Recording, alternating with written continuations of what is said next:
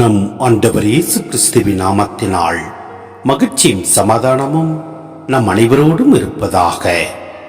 ரோமையர் 8:22 27 முடிய இந்நாள் வரை படைப்பு அனைத்தும் ஒருங்கே பேறுகால வேதனையுற்று தவிக்கின்றது என்பதை நாம் அறிவோம்.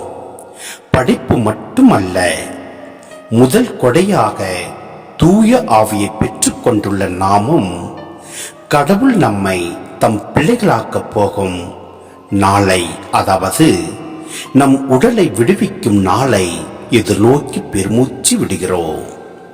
நமக்கு மீட்பு கிடைத்து விட்டது எனினும் எதிர்நோக்கும் அளவில்தான் அது கிடைத்துள்ளது.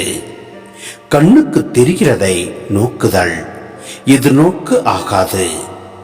ஏற்கனவே கண்ணால் காண்கிறதை எவராவது எதிர்நோக்குவாரா?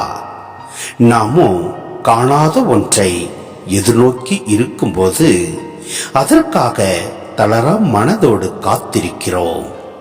இவ்வாறு தூய ஆவியார் நமது வலுவற்ற நிலையில் நமக்கு துணை நிற்கிறார்.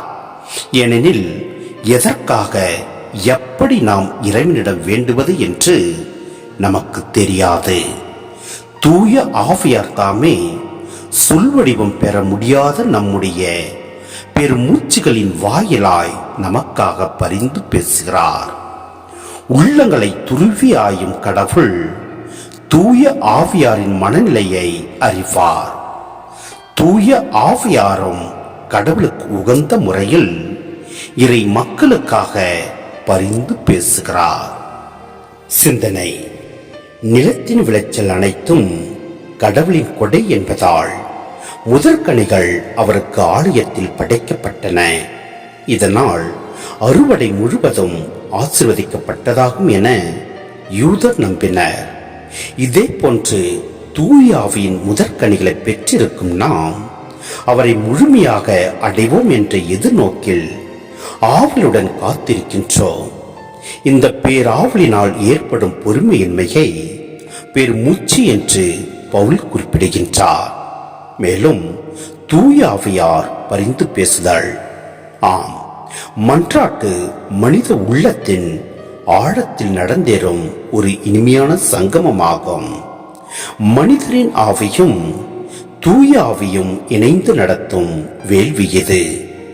இதற்கும் இயேசு கிறிஸ்து நமக்காக புரியும் பரிந்து பேசுதலுக்கும் தொடர்பு உண்டு. இயேசு நம்மிலும் நாம் அவரிலும் வாழ்வதால் இவை அனைத்தும் நம் உள்ள அந்தரங்கத்திலே தினமும் நடக்கின்றன. நம் ஆவியும் இயேசுவின் ஆவியும் கொண்டாடும் உறவாடலே உண்மையான மன்றாட்டு.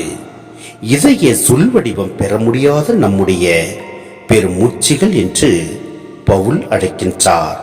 எனவே நம் ஆண்டவரோடு இயேசு கிறிஸ்துவிடம் மன்றாடுவோம், உறவாடுவோம். அதுவே நம்மை ஆசீர்வதிக்கும். ஆமென்.